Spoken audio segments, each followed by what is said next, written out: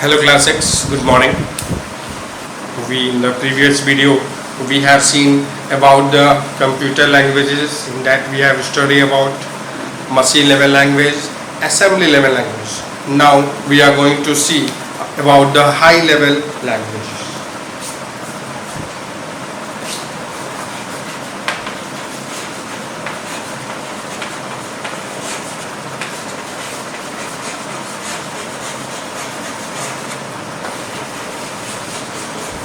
We all know that first machine language developed, then in the machine language our writing code debugging, it was very complex and it is very hard. Those who are fully expert only they are writing, then because of their debugging is not easy, writing program is not easy, they developed another language, that one is the assembly language. In that we are using some mnemonics code, we are using few English words. Then the writing program for the computer is little easier. Then after they have developed again high level language, that whatever the restrictions we have in the assembly and machine, it maximum reduced, and we are using high level language. By the maximum English words we are writing the instructions, that is known as high level language. Like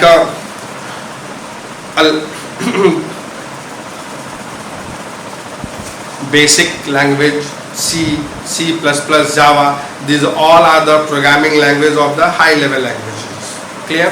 So look here, in the high level language we are writing the program with the help of English words. We have the keywords like that. Here in the high level language we have a translator program, and this translator are compiler and interpreter.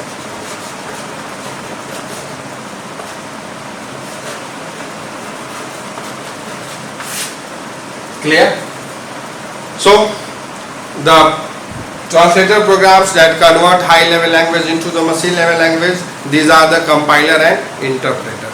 So we will understand how the compiler is working and how the interpreter is working. First of all, I may go to know about the interpreter.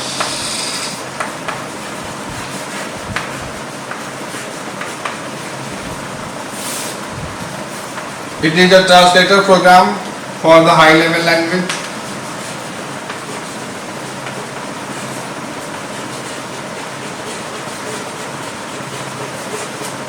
Clear?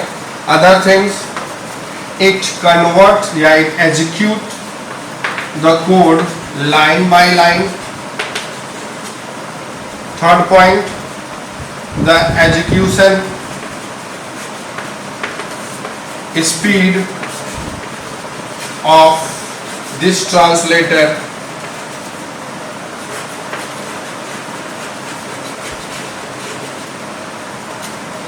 is very slow. Next point, debugging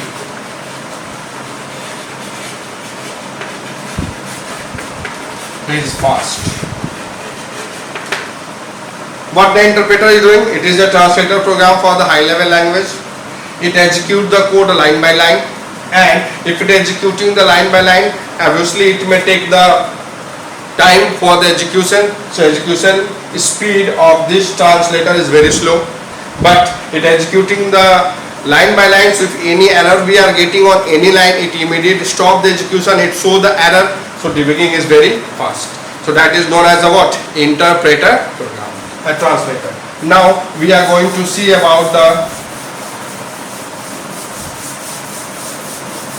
compiler.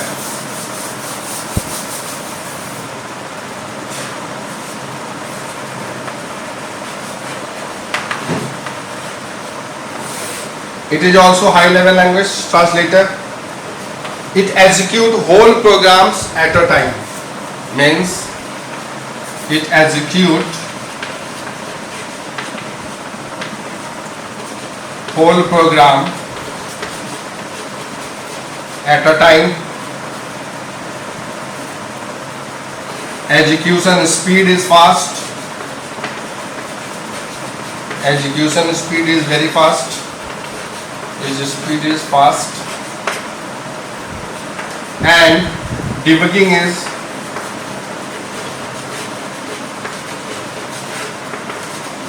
slow. So that one is about compiler, about the compiler. Now we have a next generation, that is known as a fourth generation language. The fourth generation languages are very closer to the human languages. That means as we are communicating to somebody else, same way we can also communicate with the computer, that is known as a fourth generation language. Clear? Like that, if there are the many students, I want to tell you to select 5 students. Yeah, select a student who are taken commerce, who are studying in the 6th class. Same, these words we can use in the fourth generation language, that is the query languages. Clear? So it is very highly user friendly and independent of any operating system. That means on any operating system you can run this software, this language. Very high speed of executions, designed to reduce the level of programming efforts. Minimum efforts from the user to obtain any information. That means you do not need to think like a high level language and machine level language, what code I have to write. You have to think only little bit. By that only you can get your information whatever you want. Whatever you want to computer do, it will do.